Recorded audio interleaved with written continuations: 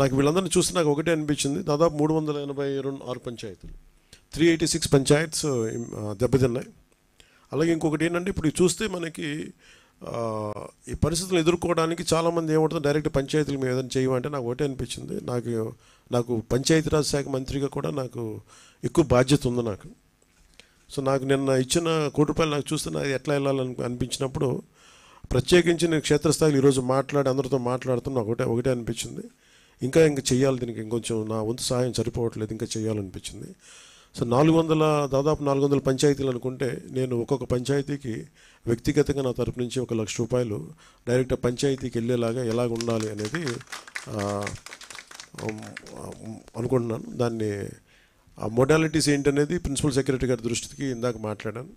ఇది డైరెక్ట్గా పంచాయతీలకు వెళ్ళాలి. మన ₹10,000 ₹25,000 ఎలాగా డైరెక్ట్ పంచాయతీ నిధుల్లో పడ్డాయో, అలాగే ఈ ₹1,00,000 కూడా ఇది ఎంత సహాయం అవుతుందో తెలియదు, కానీ కనీసం ఆ పారిశుద్ధ్య పనుల కన్నా పనిచేస్తే ప్రభుత్వం మీద కొంచెం భారం తగ్గుద్ది.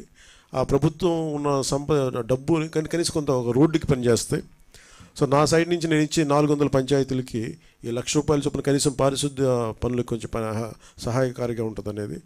అలాగే మా ఉద్యోగులందరూ కూడా, మా పంచాయతీరాజ్ ఉద్యోగులందరూ కూడా, ఆర్డబ్ల్యూఎస్ ఉద్యోగులు, అలాగే పీడబ్ల్యూడీ అందరూ కూడా వచ్చి ఈ రోజున మాకు నిలబడ్డందుకు మనస్ఫూర్తిగా ధన్యవాదాలు తెలుపుకుంటూ, అలాగే మన పక్క రాష్ట్రం, మన సోదర రాష్ట్రమైన తెలంగాణకు కూడా నేను ₹1,00,000 నిధిని నేను విరాళంగా ప్రకటిస్తున్నాను. అది